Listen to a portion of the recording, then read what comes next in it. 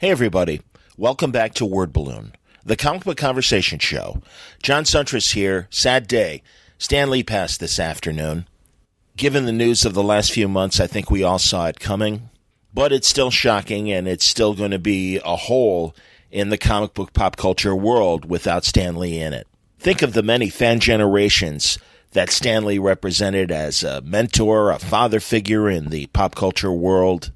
A friendly face, a friendly voice, in the case of voicing the Spider-Man in his Amazing Friends cartoons, certainly a voice we would hear at comic book conventions, countless video and audio interviews. He was the embodiment of Marvel Comics. He made Marvel Comics his own.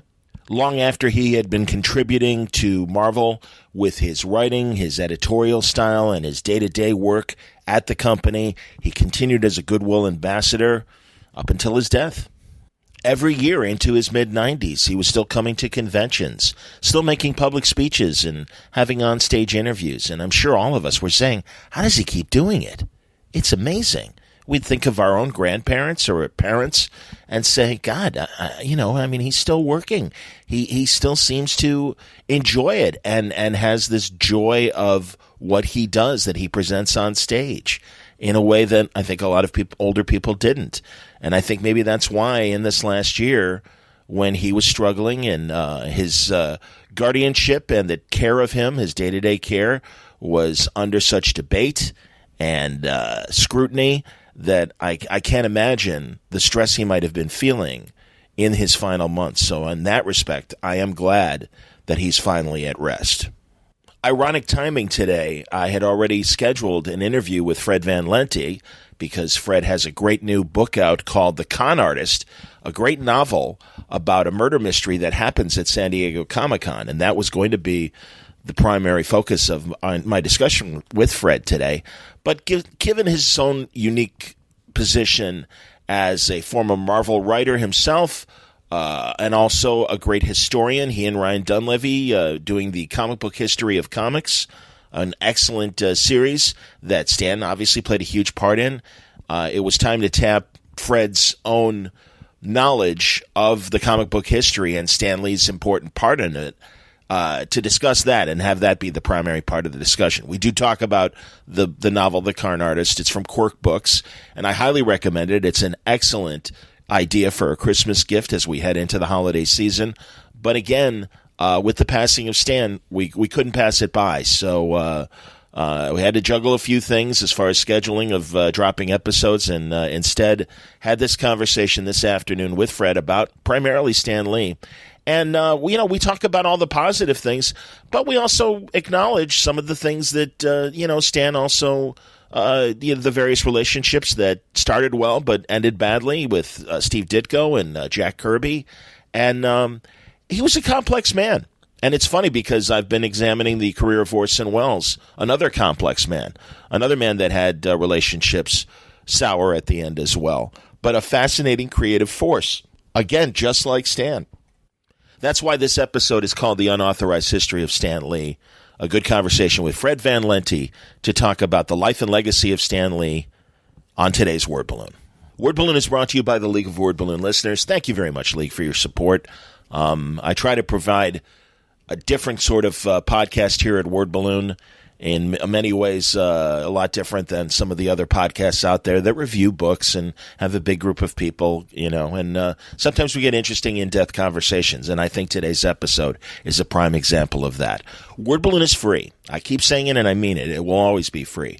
But if you like Word Balloon, if you like what I do here and would like to help the cause and can afford it, especially in this tough economy, as Artie always likes to make fun of, Art Baltazar, when I say, I know things are hard. I do know things are hard.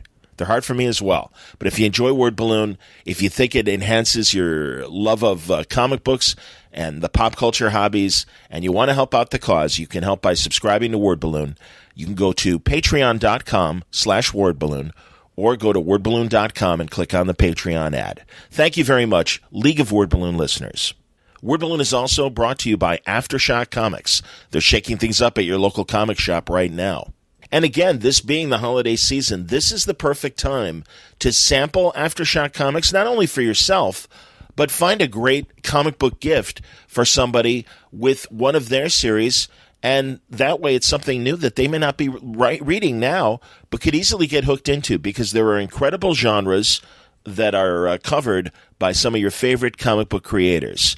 Books like Animosity by Marguerite Bennett and Raphael de la Tour, Donny Cates and Gary Brown with Baby Teeth, A Walk Through Hell by Garth Ennis and Goran Sudzuka, other exciting new titles as well, like Beyonders by Paul Jenkins and Wesley St. Clair, Lollipop Kids from Adam and Aidan Glass and Diego Yapur, The Brothers Jack Cool by Cullen Bunn and Mirko Kolak, some of the great examples. You can shop there now and not only get full descriptions of their books, but also preview pages and the diamond codes on these books to order them through your local shop at AftershockComics.com.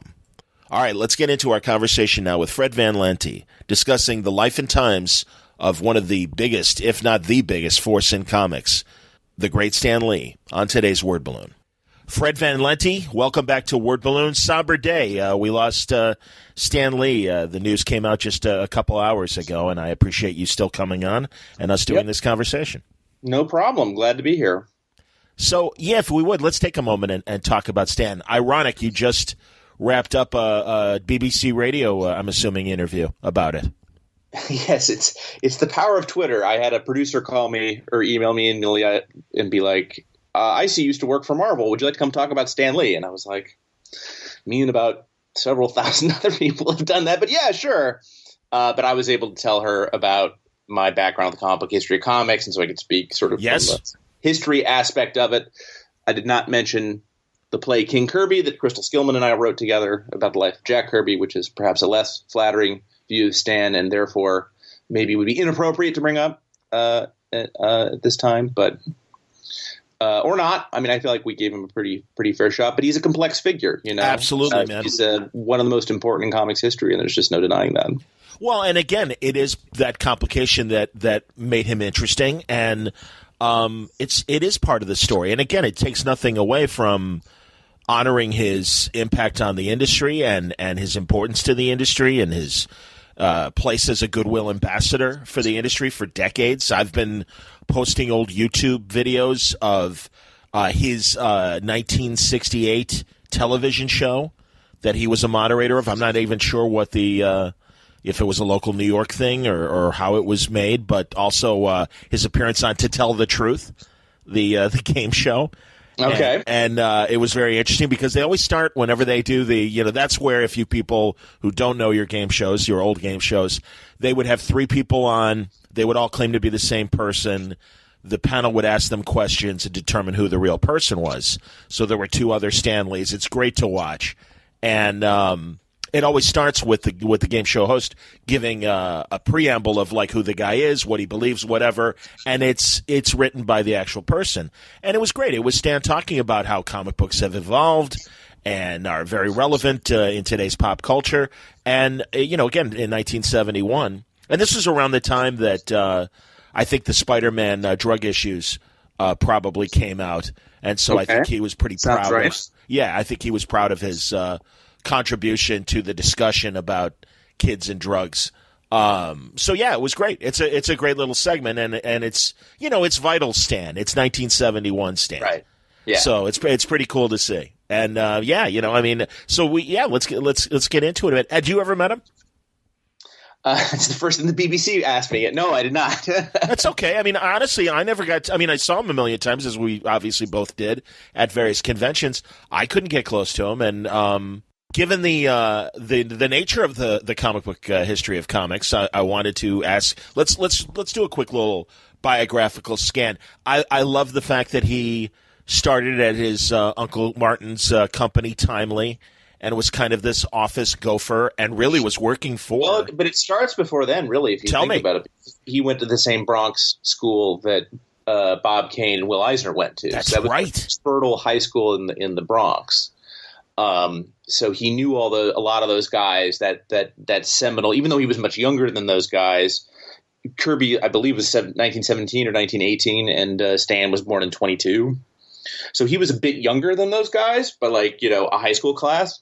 But so he knew a lot of those guys growing up, and then even while still in high school, ended up working for his cousin-in-law, I believe, was what Martin Goodman was. Technically was, yeah. Goodman had started out, like a lot of the comic book publishers, exclusively as a pulp publisher. Mm-hmm. Their most, sort of their most famous character that went up in the comics was Goodman throughout his entire career as a publisher basically stuck to this idea of that imitation is the purest form of publishing. So his first big pulp character was Kazar, right? Yes. Who all Marvel fans know, but obviously is a ripoff of Edgar Rice Burroughs' Tarzan. No question. And so it wasn't really until Goodman brought in the services of Funnies Inc., which was the packager where Carl Burgos and Bill Everett worked, and they created Human Torch and Submariner. Then obviously they brought in, most famously, Joe Simon and Jack Kirby to create Captain America. I think that they hadn't brought in those creators, Marvel, Timely / Atlas / Marvel would just start like churning. It would have just churned out. They would have been the Hydrox to DC's Oreos. You know what I mean? Like, they would just keep cranking out. Off-brand versions, knockoffs, yeah. Like phony Jordashes or something. Absolutely. Peddled the old Soviet Union.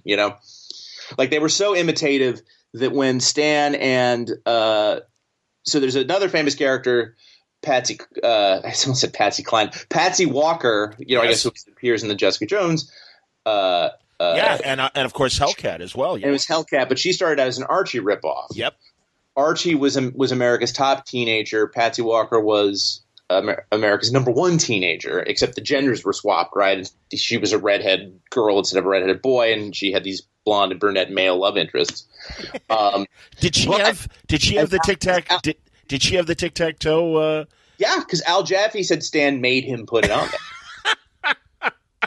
Go on. But I'm actually jumping ahead a little bit. So, Lee wanted to be a writer, and his birth name was Stanley Lieber. His first published comics work was, I believe, in Captain America Comics 3. It was a text page. Yes, I love that. Let's stop for a second. Stop for a second, because I do love that those text pieces were there so that the comic books would qualify for a postage magazine rate. Yes, exactly. And so subscriptions would be cheaper. And so literally it was filler. And I'm always fascinated by those golden age text pieces because they're like every possible genre. But Stan's first story was a Captain America text story.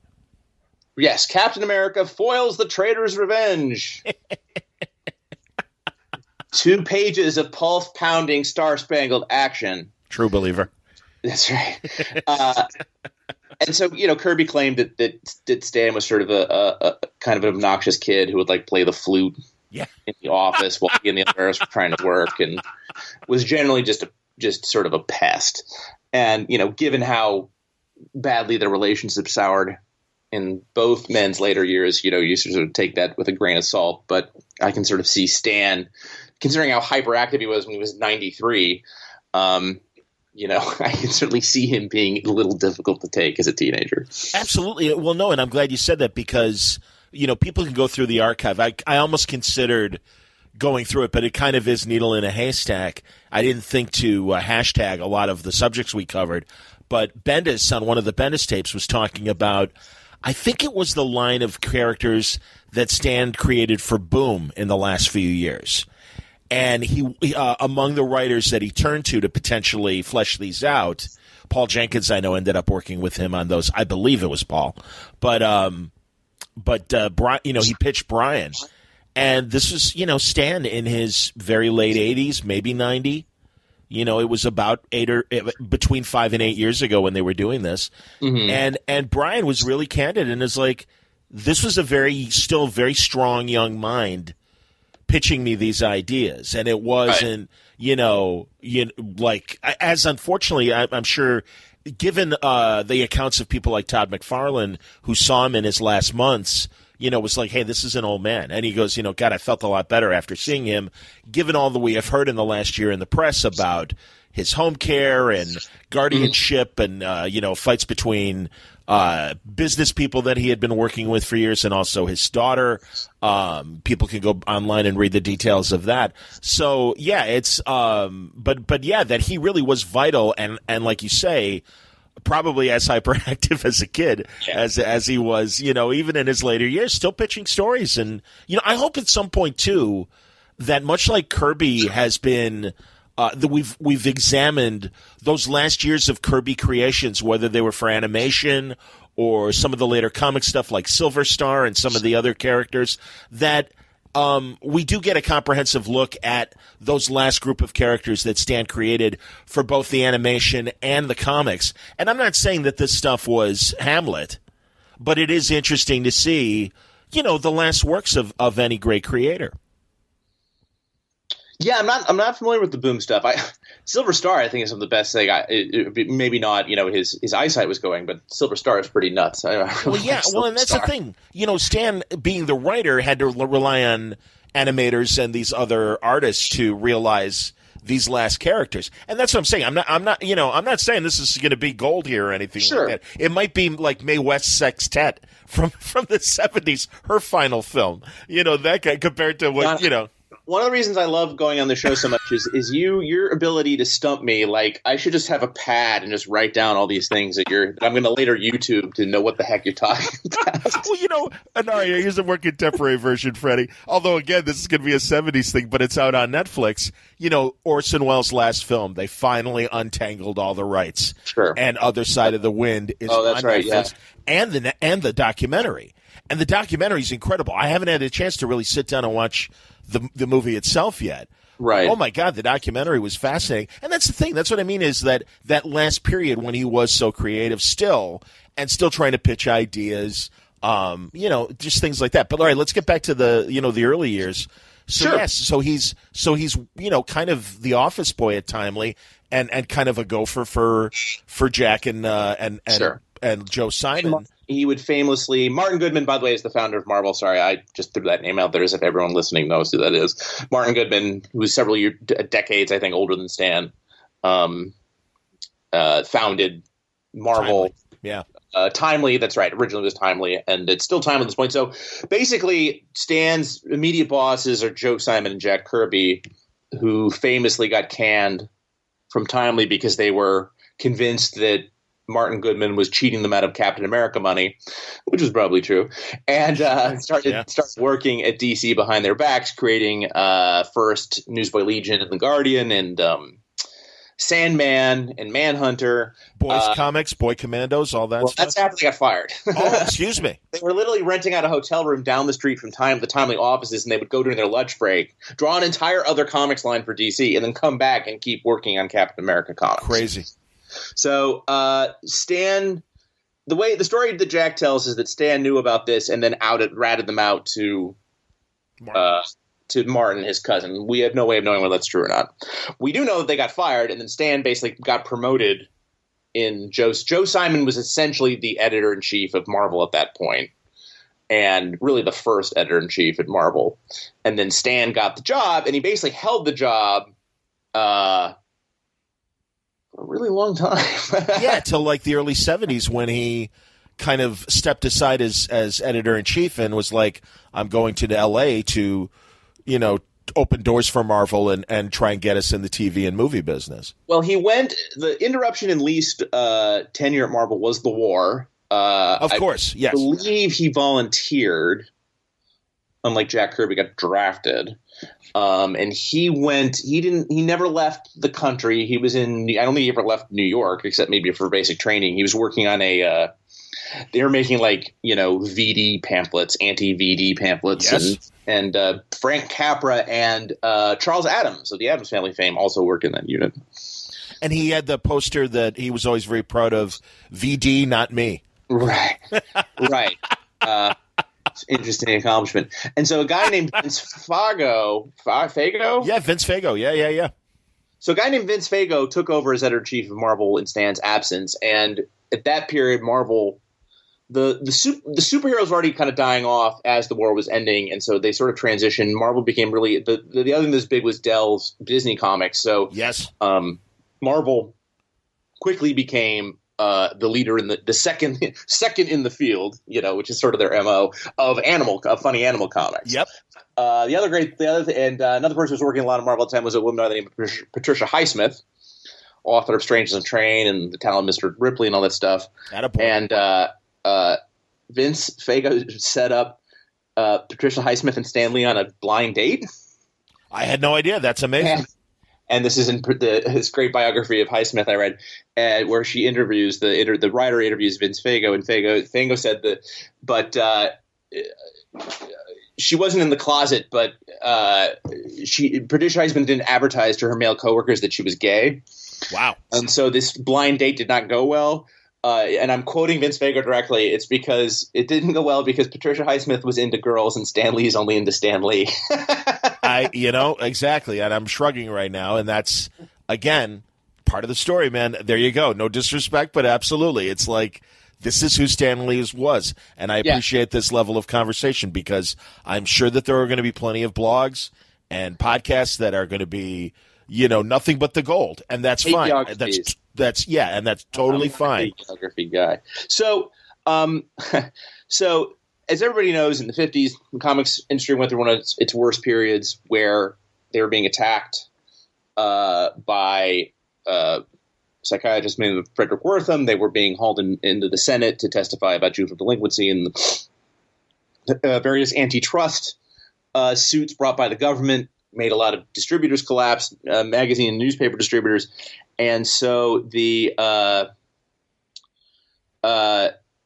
industry really took a hit, and many publishers went out of business. And so there was downsizing at what was now Atlas. The name of the company kept changing, and the parent company kept changing, partly because this was some sort of tax evasion scheme on Goodman's part. Oh, I didn't realize that was why. I just kind of assumed freshen up the product and put it out under a different name.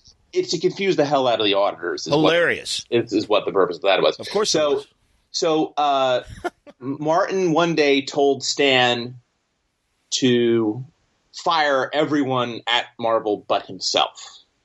And he told Stan to do this, and then immediately left for Florida to go on vacation, to leave Stan by himself to fire all of his coworkers, which he did. Yeah. Leaving Stan basically the sole remaining editor, production, not production guy, but the only real employee of Marvel at that point was Stan. Yeah, which is insane. Yeah. And so in the late 50s, it was all freelance artists, and they couldn't really afford. There was partly it was that you couldn't afford really to hire writers. Also, it was that Stan also got paid. It was an extra source of income for him, obviously. Sure. To be paid to write comics.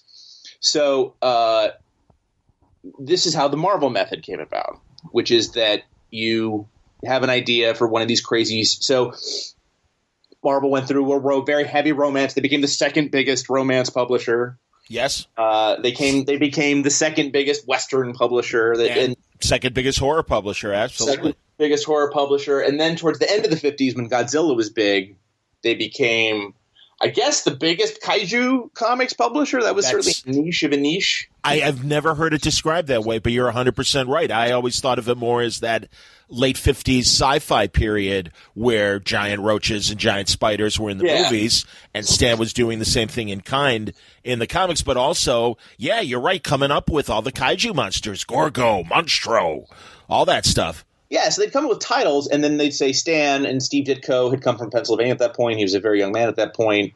Jack had gotten into a lawsuit with his DC editor, never a good look, and so had to leave DC, where he had been for much of this time, off and on. And so he wound up back at Marvel again. And so the teenager who was playing the flute on the filing cabinet in the 40s is now his boss. And I'm going to stop you again because literally my favorite panel of the comic book history of comics is Ryan's drawing of Stan welcoming Jack back to Marvel, and just the disgust on poor Jack's face. Absolutely. And just beaming, welcome back, Jack, baby. Oh. Absolutely. So go on. You're killing me. So, Well, and then they usher in. I mean, he gets fed up. I'll take over the bit of the story, and you correct me if I'm wrong, because a lot of this might be apocryphal. Stan's version of the story wasn't happy, thinking about leaving the company. Yeah, so Martin comes back after they've been cranking out these kaiju comics and is like, hey, and the story, whether it's true or not, who knows, is that he went golfing with a DC executive by the name of Jack Leibowitz, although apparently those two did not really know each other and they never would have played golf. So that sports story is probably BS, but whatever. It's still a better story. So until someone gives you the real version, I'm just going to keep repeating it. Supposedly, Leibowitz was confessing to Martin Goodman about how well Justice League of America was selling because that was a brand new title in 59. I think it was probably first a showcase title. Raven right? Bold, but yeah, absolutely. Raven Bold, fair enough. And so immediately Martin busts into Stan's office, like, hey, now we're doing superheroes again. And Stan says he was like, forget it. I'm sick of this hamster wheel. I'm jumping off. And his wife said, well, if you're going to quit anyway, why don't you, do something you would want to see? Jack Kirby's version of the story is he comes into the office taking the furniture out, and Stan is sitting behind a desk, or sitting behind, I guess, not a desk, right, because they took it out, sitting in what remains of the chairs, weeping, and Jack is like, don't worry, we'll do a superhero comic, and we'll make it all better. And the result, obviously, was the Fantastic Four, a comic that looks a lot like Jack's last book for DC, Challenges the Unknown. Absolutely. But what made it different was the characterizations and the concept of the Thing as sort of a monster character. And so the Thing, so regardless of whose idea it was, Stan or Jack's, to have one of the Fantastic Four be a monster, it clearly was an attempt to. It's part of Marvel's overall corporate tradition of copying things. Yes. Because the Thing was just a heroic version of a shorter kaiju, right? And then obviously in the first few issues, what did the Fantastic Four fight in the first issue? Kaiju, brought up by the Mole Man, Right. So absolutely. So this was very much a melding of the minds. The monster superhero was the big hit. The Thing was the big star of Fantastic Four. So they bring out the Hulk, which is a straight up monster superhero, but with more of a Jekyll Hyde bent. Absolutely, and initially a failure for 6 issues. Yes. Did not sell well. Contrary, and I think I just said that in the BBC, I lied. I lied to the British. I apologize. It's such a common thing to say. Oh, they were all hits. No, they weren't.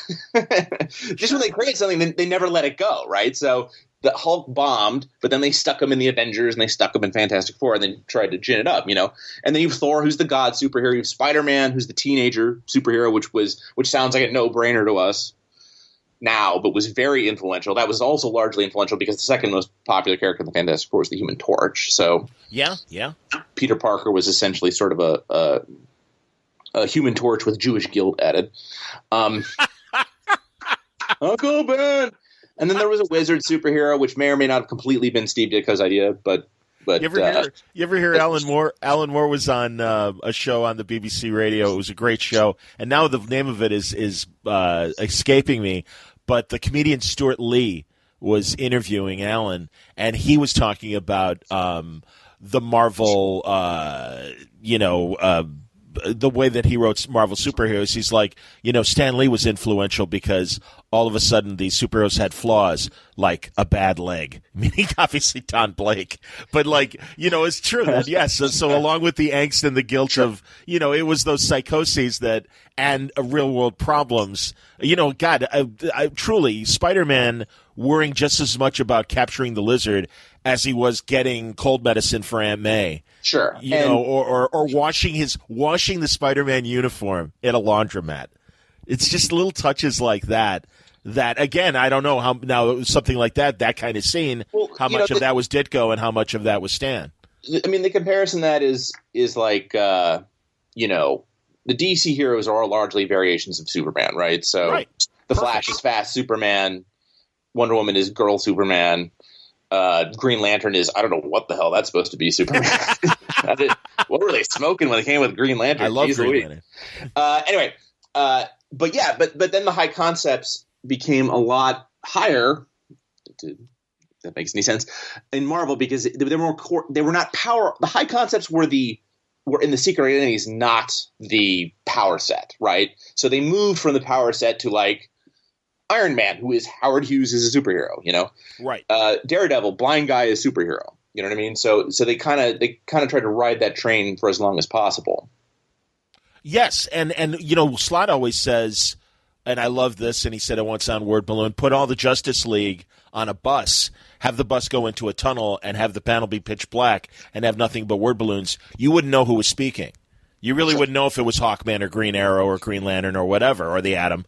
And yet with Marvel, the Hulk was always angry, Reed was always kind of lofty, Johnny was a wisecracking teenager, the Thing was, Jimmy Durante or William Bendix as a monster. And I mean, it was great. I mean, they really were distinct characters. And it evolved. And I'm glad you mentioned Daredevil, because that's another thing. Let's give, some props to Stan creating Daredevil, a nod to the disabled at a very interesting time. Certainly the creation of characters of color that, came with the Black Panther. And I mean, that's the thing I really, and even, I never heard definitively if the mutants were a true parable of minority, and just any sort of xenophobia and everything. I mean, I think only in the sense of, sort of the Rod Serling Twilight Zone of it all. I don't think they were necessarily thinking race prejudice. But I'm with you. Yeah. By that point, it was a common enough trope in science fiction. And Kirby was, by all accounts, a voracious, obsessive reader of science fiction. No question. Particularly. Yes. But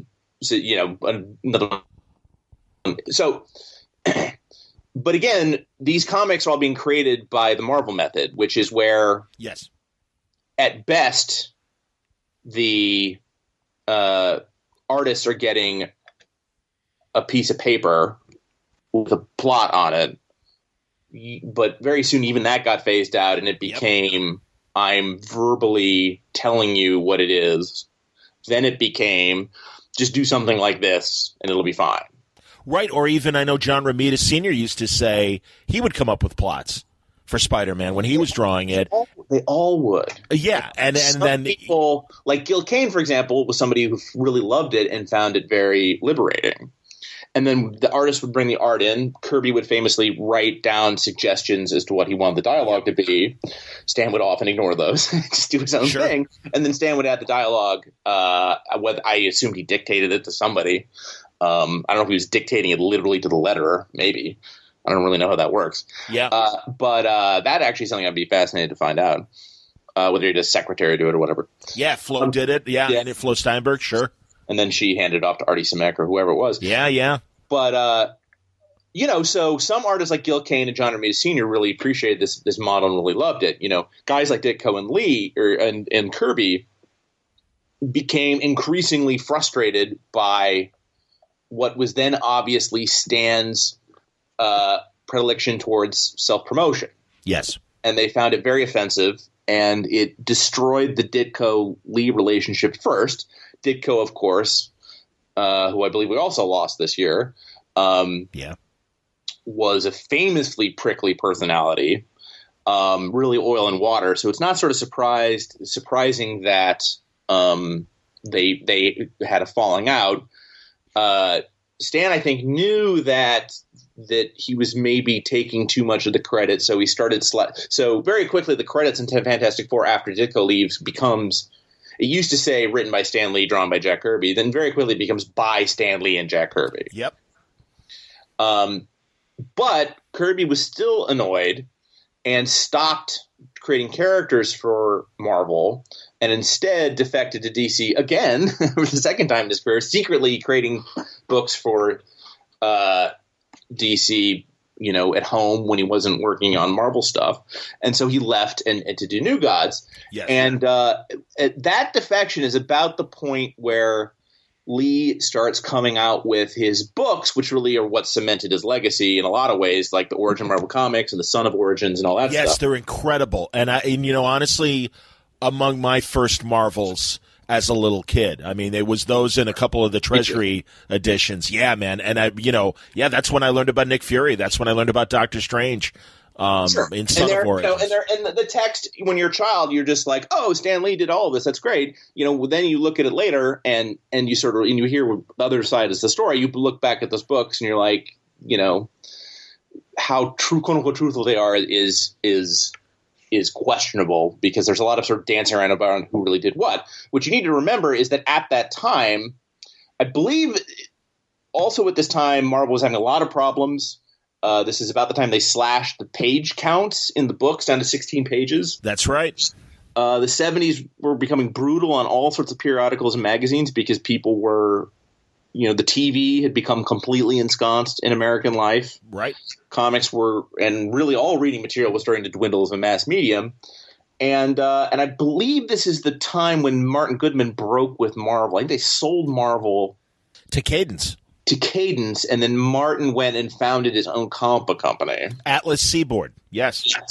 Just talked to Bob Greenberger, who is friends with Jeff Rovin, and Jeff Rovin was kind of the Stan Lee of Atlas Seaboard, and it's a fascinating, very brief company that Martin created, and some very weird and interesting characters. Right. Yeah. And at about 1972, the year I was born. Yeah, that a boy. Lee stopped being. Lee became publisher, quote unquote, of Marvel and not editor in chief. And this is sort of when the whole sort of regime of the banner on the splash pages that gave you the origin of the superhero, and then and now Steve Rogers is known as Captain America. Stan Lee presents. Yeah. Stan Lee presents, absolutely, yes. And the soapbox, of course, too. I don't know when the soapbox started. Soapbox is much earlier, yeah. The soapbox started. Well, and even in the letter columns, they at a certain point, it clearly Stan's voice in the letter columns, even when it just says editors, the little responses, yes. The letter columns just says editors. But then ultimately, I think they gave that up and kind of went straight for implying directly or indirectly to Stan Lee. So, I mean, so for my entire lifetime, literally, Stan has been the goodwill ambassador for Marvel. He's been the public face of Marvel. He's been the booster of Marvel. He's the most famous comic book creator who ever lived. I think that's an incontrovertible statement. Absolutely. I would completely agree. Partly because he has this very gregarious personality. He's got that kind of ringmaster thing going on. I keep trying to resist the urge to compare him to our current president in that terms of self promotion, self-promote. Yeah, but in a much more benign way, obviously. In a much more benign way, absolutely. Let's take a break here from our conversation with Fred Van Lente about the life and times of Stan Lee and talk a little bit more about our sponsor, Aftershock Comics. Now, I know you've seen those Aftershock books on the racks of your favorite comic shop, a whole slew of fresh high concepts written and drawn by your favorite creators. You can get things like the Spy series, Jimmy's Bastards from Garth Ennis and Russ Brown, Frank Thierry and Oleg Okunev with Pestilence. The 14th century Black Plague is revealed to be the first zombie outbreak. Or the early years of Vlad the Impaler, the Brothers Jack Cool from Cullen Bunn and Mirko Kolak. These are great books, and again, it's the holiday season, and this is a great time to sample Aftershock Comics, not only for yourself, but for that comic book reader in your life that might not know about these great series, and find a new one to enjoy. Great trades, great monthly books to check out now. I would suggest the trade Monstro Mechanica from Paul Aller and Chris Evenwies.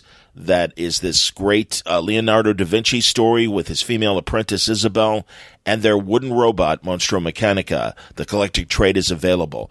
Great art book. You can get the art of Jim Starlin through Aftershock as well. But there are plenty of genres and great stories waiting for you to sample now. If you go to their website, you will find amazing stories that I'm sure will fit the interests of that certain someone in your life that it's time to purchase a great new graphic novel or sample a new bunch of Aftershock comics and give them a grab bag of a bunch of these things. We're going to be talking more with more Aftershock creators in the days and weeks ahead as we go through the holidays. But you don't have to wait to hear about these books. You can check out full story descriptions, preview pages, and the diamond codes on these books to order through your local shop at AftershockComics.com. All right, let's get back to our conversation now with Fred Van Lente about the life and times of Stan Lee on Word Balloon. And also, let's pull it back because you can say, too, that it was because of this promotion that Stan kind of cultivated the second wave of comic fandom, because certainly there were those people like Roy Thomas and I'm not going to remember a lot of the fanzine writers' names, but Bill Shelley is one that comes to mind immediately, and Maggie Thompson. And so there were those kind of comic book fans, but that Silver Age wave of comic fandom that coincided with things like Phil Seuling's 64 New York Comic Con, the first one, sending Flo Steinberg to that show, Steve Ditko doing Chalk Talks. But then Stan really, when the college kids got into Marvel Comics, he absolutely embraced that, was going on his lectures and that. And yeah, I think really did help midwife the second wave of comic book fandom, and that led to the Marvel or the modern comic fandom. Well, and I think that, you know, there's so much of Stan's personality imprinted on Marvel even if you want to point out all the creations that Kirby and Ditko made, and I don't want to come across as like a Stan basher, you know. No. I just sort of see him as, what I find interesting about him, to be blunt, is not the Stan that he created, that the man, the Excelsior, face front, all that stuff that I think people love about him. I find the real him more interesting. I guess that's the point. That's sort of what I'm fascinated about. Totally. Is that I get that he's an act for the most part, and I know that a lot of people have had very positive experiences with him. In fact, I think most of the people that, you know, of the modern era who've had associations with him have had nothing but wonderful, absolutely, associations with him. But you know, when you had Jack Kirby going through the fight to get his artwork back, when he was having those problems with Marvel, all this various spats with Ditko, it's clear that he wasn't interested in getting involved. At some point, you have to contend with the fact that his two greatest collaborators he had terrible relationships with and had awful falling out, you know, with them. And the acrimony on their part particularly lasted for years. And, you know, presumably part of the reason that Stan was not as acrimonious about it was because, well, he was a company guy and, you know, benefited financially in a way neither Kirby nor Ditko ever did. Absolutely. So I'm not one of these rabid, you know, anti-Stan people, but by the same token, you can't just wave that stuff off and say, oh, but I love his cameos in the Marvel movies. Oh, I loved it when he used to introduce, you know, Spider-Man and his amazing friends. Yeah. No, he's a complicated man. Well, now, pointing out, as you did, the Kirby getting his artwork back, it was just a couple years ago, and I think it was a Hollywood memorabilia or, you know, kind of a collectible reality show. And Stan was on, and they went to one of his warehouses of stuff, and he unearthed all these original Fantastic Four pages that Kirby had done. And you know, and it's I'm sorry I don't remember the name of the show, but it's out there, and I'm sure a lot of the listeners remember seeing this. And it was just kind of matter of fact. Oh yeah, I've got a warehouse and I've got original art, and it's like, well, isn't that interesting? Well, I think what people need to understand who are listening to this, sort of the import of what you're saying, is that the executives, it's not like Jack Kirby gave Stan Lee those pages. Right. He kept them. Yes. And so when people are financially struggling, and Ditko famously used his original art for cutting boards, so we'll leave Ditko out of this. But for Kirby specifically, it becomes a financial issue because later on, and, you know, sure, at the time they didn't know how valuable the stuff was going to be. I absolutely understand that. Oh, absolutely. Although, as you point out, John, that the sort of the Comic-Con scene and the early fan scene was starting at the same time Marvel was. Of course it was. So, it's not just some like, oh, look at all this, cute artwork that I'm going to hang on to for sentimental. Yeah. Dude, that's not yours. Yeah. You should have sent that back. Well, or again, it's the company's. He is essentially is the company. Exactly. And just kind of kept. So it is going to be interesting. I have a feeling that a lot of Silver Age Marvel work is going to suddenly be unearthed as they go over Stan's estate. And again, forgive me if this sounds insensitive as we're speaking about him as he passed away, but I do think. Again, I use the Orson Welles comparison. Stanley Kubrick, there's a great new documentary about one of his chief assistants. Gabe Hardman was just tweeting about it today, and it's on Netflix. I haven't gotten it to yet. Quincy Jones, the documentary that his daughter just made, is an amazing thing. And that's the thing. Stan is a complicated person, and I don't say these things with any disrespect, and I'm sure Fred, as he already said, that we're not trying to be haters, but it's interesting. He's a very interesting person, and you know something? We'll let CNN and the BBC and the USA Today and all the other things, give you the glossy obit that he deserves, because it's two sides of the coin. And it's very interesting. And so let's cover both sides of the coin. So, no, I find his life fascinating. I know that Colleen Doran and wasn't it Evan Year were working on a Stan Lee biography. I think they probably still are. I think it was Peter David. Oh, it was Peter David. Excuse me. Okay. Came out. Yeah. Oh, did it finally come out? I believe it came out, yeah. Okay. I've been wrong before, though.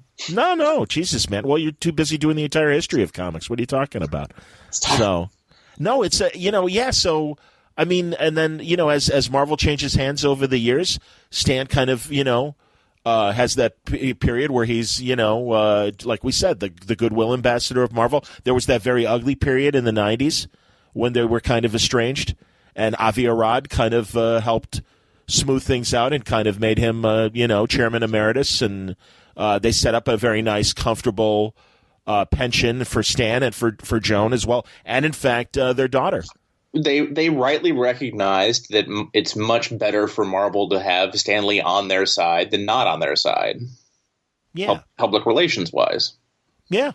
And then, of course, the movies, and especially with Avi Arad, when the movies started and stuff, this, great period that we all know, his final years as showing up, in those Alfred Hitchcockian sort of cameos that were, continue to be a lot of fun. I have a feeling we still will probably see a handful of them. It's kind of like Tupac. Stan will still survive cinematically, I think, for probably a couple more movies. Yeah. Yeah. And then obviously, he sort of divided his time between, being, essentially it's like the equivalent of like the Queen of England, right? Your ceremonial head of state, like you go and have receptions and stuff. You don't actually have power, but you just kind of like, Well, yeah, because exactly. Stuff. Yeah, well, and I don't even think he was probably interested anymore in the day-to-day stuff as he moved on to that more ambassador role. Well, right. And so what you're talking about, and this is why, I think this is the other thing that sort of makes people's heads explode, is that you're talking about a guy when he was about 39 in 61, I believe. He basically his entire life was living off one decade of his life, right? Because that was the period in which he creatively ran Marvel. And interesting timing, too, kind of in that same, within a year or two on both sides of the Beatles period. That's the thing. Stan's impact on the 60s into the early 70s, cannot be questioned. And like you said, literally the most famous person to come out of comics. And one other thing, Steranko was in Chicago doing a pulp show, and somebody asked him, this was around the time that Stan was doing those stories for DC, the Just Imagine stories. And a person asked Steranko, he's like, isn't it a shame to see Stan and have him involved in these lesser works at this point in his career based on all the great things he did? And Steranko had the perfect answer, and it's true. And he said, Stan's been writing comics since 1940, 41, whatever it was, 39. And he said he has written probably 5,000 to 10,000 stories of every genre, from Millie the Model and Patsy Walker to the Westerns, the horror stories, of course the superhero stuff. He's like, so it's like a songwriter. He goes, you'll kind of forgive him if a couple of the new ones aren't as snappy as, the original ideas he had over those decades. And it's true. It's like, yeah, man, just calm down. I always make the point. I respect that, but I think that part of what that questioner is reacting to is that later in life, Stan became one of these guys who got his name slapped on things. Yeah. Like, he was a human marketing tool. Yes. Which was what he had ended up conceiving himself to be. If you have this sort of idealized image of him, which obviously Steranko does not, nor there's no reason he would, since he was one of the artists directly working under Stan at the original Marvel. It's not said because that's what he always did. Like, that's literally his life. Yes, was slapping his name on stuff. And not that he didn't do anything to deserve it, and not that he didn't earn the right to do that, but that was his MO from the very beginning. Stan Lee Presents, that was on Marvel Comics for 30, 40 years, well after he left the company. Yes. And he wasn't presenting Jack, That's 100% true. The Will Eisner in his conversations with Frank Miller that Dark Horse put out, they talked about Stan Lee. And Eisner said the same thing. And he said, I think more of Stan as a promoter than I do as a pure writer. And he meant that with no disrespect. He's just like, he's a great showman. And in fact, at one point, tried to convince Eisner to come and run Marvel, which I think was a very interesting idea. And wonder what would have happened with Marvel under Will Eisner's guidance. Well, and, it's like the do you write a quick email while we're talking? Sure, buddy. We can take a pause, and we can wrap up and get to talking about con artists and everything too, and other things. Sure. Sorry, where did we leave off? I'm back. I'm with you. Sorry. My thing was I ended with Eisner possibly taking over Marvel and what that might have looked like, and then you were starting something. Yeah, and him being a promoter and stuff. And I mean, sadly, no one deserves this, but to be just surrounded by the amount of grifters and con men he was at the end of his life. Totally. Very sad. And that is that's the dark side of that kind of, lifestyle, is you end up going down that cul-de-sac. And I will say that just that I believe the news broke around 2:00 in the afternoon, New York City time, which is where I live. I was very gratified to see the Washington Post. I think both the Washington Post and New York Times described him as the co-creator of Spider-Man. Oh, that's good. That's fair. There you go. It's the co-creator. It's a lot of co-creator stuff. But that is a result of 20 years, 30 years of Joe Kirby partisans and historians pounding the drum of he didn't. Mostly every single person who knows Stan Lee assumes he draws. Right. They assume that he drew it. And that he's like Charles, because everyone's conception of somebody who creates comics is like Charles Schultz, a guy sitting there at the table with the board, writing, pencing, inking, lettering, whatever. Totally. And, ultimately Stan should be heralded and credited for what he did do. But even while he was alive, his legend got, revised to the point where a lot of that stuff that is not something that he did got, classically, Kirby was furious because Canon was doing a Captain America movie in the 80s, and there's this huge, ads in Variety that said Captain America created by Stan Lee, which of course is 100% not true. That's right. Because he was 16 years old when Captain America was created, and Joe Simon and Jack Kirby were his bosses. So obviously Stan doesn't have control over the press, or what movie promoters do, but he did create the environment that allowed those kind of statements to be made without thinking. And frankly, the person who made that ad probably thought it was true. You know what I mean? Absolutely. He's not trying to, put anything over on anybody. And it took a long time for Stan to start correcting. Like you said, there were efforts in the past, but they were, I don't know. And again, also maybe it was that, there might be the odd article about Marvel, and Stan might say something, but it didn't have the constant. It wasn't part of the 24-hour news cycle as Marvel became, certainly with the Sam Raimi Spider-Man movies moving forward. Yeah, I mean, the bottom line is that from the early 60s on, the one person's name that was on every single Marvel comic was Stan's. Right, and he was the threat. So it's no surprise that everyone immediately assumed he was doing the whole thing or was largely responsible for the bulk of it.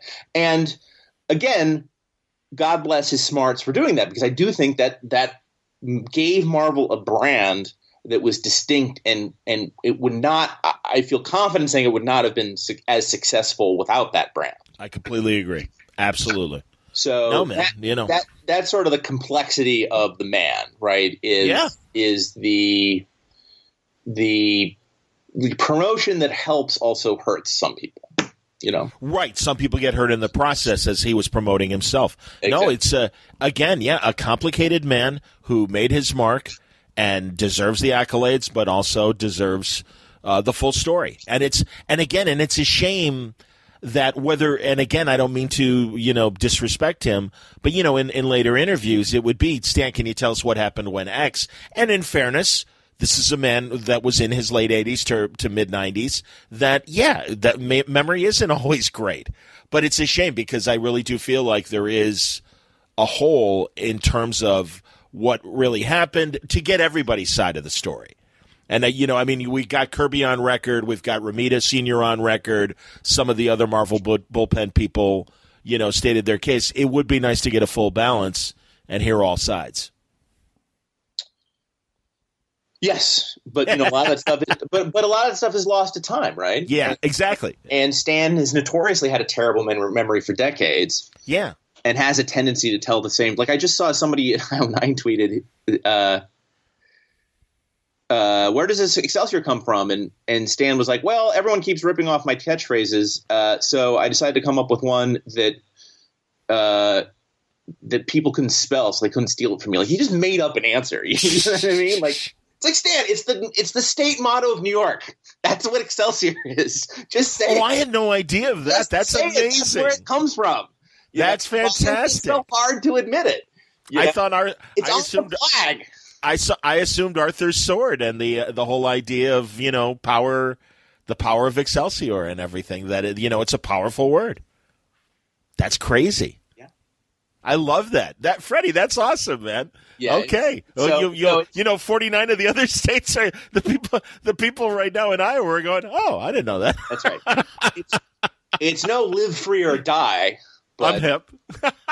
but it's still pretty good.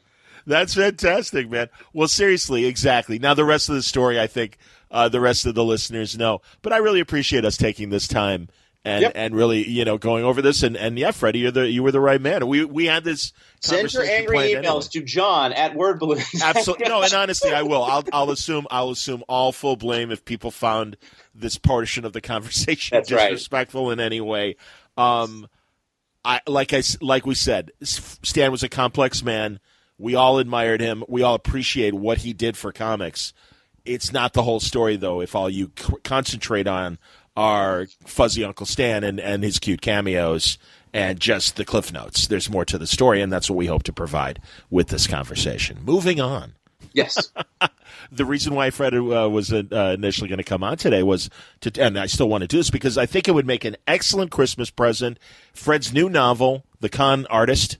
It's fantastic, man. And I really love the richness of establishing. It's a murder mystery that happens at San Diego Comic-Con. Give us the 10-cent pitch. You just did it, man. All right, there you go. Well done. I mean, a very famous comic book artist who is sort of this rootless person who lives at Comic Cons. Like, he doesn't actually have a house. He just goes from Comic Con to Comic Con, sure, sketching and he put it up by the cons. He winds up at San Diego Comic Con, and his editor is murdered, and he's the prime suspect. And so he's spending the entire con both sort of trying to solve the mystery as well as trying to find the mysterious pedicab driver, the woman pedicab driver who is his only alibi. There you go, man, and that's what I mean. It is such a richly environmental, a story. You really, as someone who's a vet of San Diego and stuff, and certainly not to the extent that you likely are, but I've gone to over 10 convention, San Diego. So I feel like I kind of know the lay of the land. Right. It is so perfect to read on the way to a convention, especially for next summer for San Diego. But also, I forget now who the narrator is of the audio version of the book. As do I. I feel okay. I had it. I'll bring it up on my computer as we have our conversation. But truly, I mean, you really could immerse yourself in this story. And if you've never been to San Diego before, you accurately give the full description of the entire experience from the airport into Artist Alley, into the various restaurants and clubs surrounding the city, and how the entire city really dresses up for Comic-Con in a way that even New York, which I think in the last couple of years is starting to catch up, but no, it can't compare to the way, the town is taken over by Right. Comic-Con, and you really convey that environment really, really well. Thank you. Yeah, I mean, it was really. I mean, I've been in this business for over 10 years, and it was really a distillation of. I mean, most of the stuff in the book, other than sort of the out and out sort of, I like to call it a geek noir. Most of it's stuff that's actually happened to people I know or happened to me personally. I believe it. The crazier it is in the book, the more likely it is to have actually happened. And what I find sort of fascinating about it is that the con experience for the pros is very structured. Like there's almost like a week long, I don't know there's like a Mardi Gras feeling to it of where you do this thing on Thursday night, this thing on Friday night, this thing on Saturday night. And it was just fun to sort of have that sort of specific environment and put a mystery story into it. Absolutely, man. The hotels that we not only stay at, but host the parties, the after hours at night. Right. And how, literally okay, I believe it's Thursday night though. All right, we're all at the Bayfront for Thursday night and, or for Saturday, for Thursday. And Friday, of course, is the Eisners, also at the Bayfront. But, right. You try and hang out in the lobby post awards and you get to see everybody and hang out with everybody for a quick hour. Things like that. Hyatt, the way that it's destination. It's perfect, man. And again, also the whole idea of that this guy's alibi is this pedicab driver. Yeah. Omnipresent at San Diego and ridiculous, but they're there. And it's great, man. No, I love it. It's a terrific book. And also it's, as you say, geek noir, it's kind of a continuation. It's a different story. But 10 Little Comedians, right? Wasn't that your first kind of? Yeah, 10 Dead Comedians. 10 Dead Comedians, excuse me. Yeah, it's sort of a pop culture mystery. Yeah. I like this. Is this, do you want to continue in this vein? Yeah, I mean, I'm chatting with Quirk Books out of Philly. They're distributed at Random House. They're published both 10 Dead Comedians and the Con Artists. We're talking about doing another thing right now, and we'll see if it comes about. That's excellent, man. That's really, really cool. Like I said, truly, I can't recommend it enough. It's an excellent novel that I think would make a fantastic Christmas present for someone in the involved in the hobby. Go on. We should also point out that it's an illustrated novel. Please, yes, thank you. To shout out to my pal Tom Fowler, who I've done a bunch of comics with, who provided absolutely. The main character is a comic book artist, and so he's sketching in a sketchbook things that he sees as he goes about the con, and those sketches that Tom Fowler drew actually provide clues to the mystery. Absolutely, and Tom is always fantastic. It's been years since I've had Tom on, and we've exchanged the occasional Twitter back and forth and stuff. But I got to get Tom back on. I love that guy. He's so funny, so smart, and man. I mean, you and also Tom King, wonderful collaborations with Tom. That's right. Follow over the years. Tom's novel. That's right. Yep. Once a Crowded Sky is King's novel from back in the day. Yep. And I also like comparing your novel to Paul Kupperberg just did a recent comic book mystery as well. Oh yeah. And it's set in the 50s. Okay. And it's set during that rough period, as we said, of the Wortham period and everything. So I'm really glad when these things kind of pop up. And their quality stories, and even just any sort of prose novels that come out that still kind of embrace either the comic book fandom or the history of comics. Cavalier and Clay, certainly another great example. Michael Chabon. I think those things are always great when they come out, and they're genuinely great. So I can say Con Artist is part of the oeuvre that is representing the hobby quite well. Yep. So nice going, man. That's excellent. What else is going on? What's happening Can you talk about anything else right now that's coming out soon? Not really. I have my lovely wife Crystal and I have a webtoon. Line Webtoon is doing a comic of ours called Eat Fighter. It's about it's Fight Club meets Food Network. It's about illegal underground competitive eating. Hilarious. Recipe in every episode. It's a lot of fun. That's it. You can get that at Line Webtoon. How is that going? Let's talk for a second about Webtoon, because really, you're over there. Dean Haspiel is over there. Yep. Sanford Green, Riley Brown. Stan Lee had a strip. I had no idea Stan had a Webtoon. That's amazing. Yep. And, am I right? This is a Korean company, correct? It is, yeah.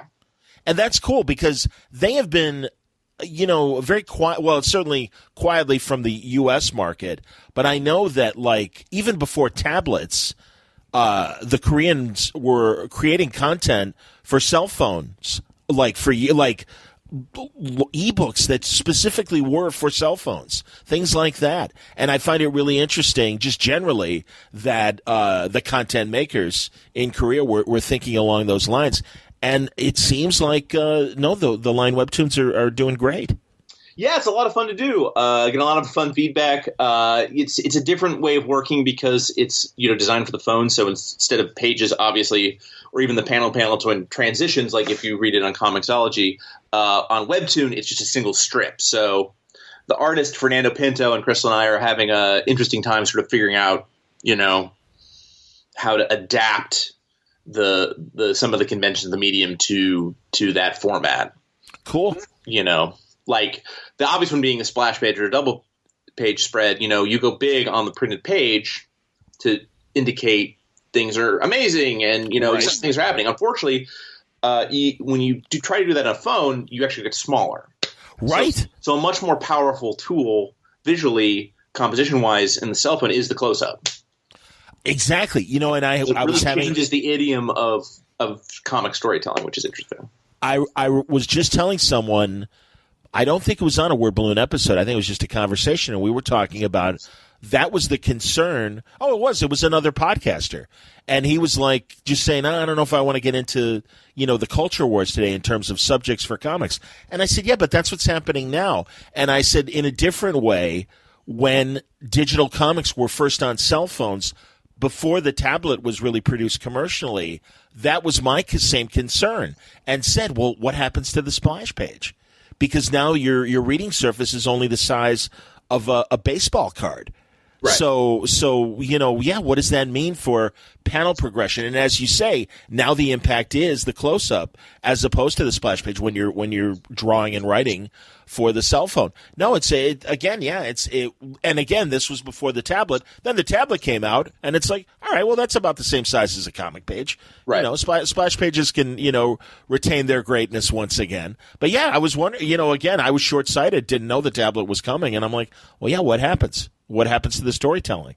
So that I can appreciate that. That's very interesting. Very cool. Do you layer? Does he layer, the artist? And do you start with a static image, and then as you progress, do you add layers where all of a sudden there is a punch and maybe a letter style kind of effect, a pow or a biff after the fact, or a gun firing? Move in any way? What's that? Well, not so much that the image might move, as kind of like when DC was starting to do digital comics, and also Mark Waid and Peter Krause at I see what you're saying. No, that you can only really do those effects if you're clicking through the comic, and there's no clicking involved. It's literally just a long ass strip that you're thumbing through. So there's no clicking, there's no movement, there's no the strip is loaded. You create the strip. Now this is getting super wonky. Like before, we were getting the history wonkiness. Now we're getting into. Well, this is the other side of the conversation. That's all right. Digital comics wonkiness.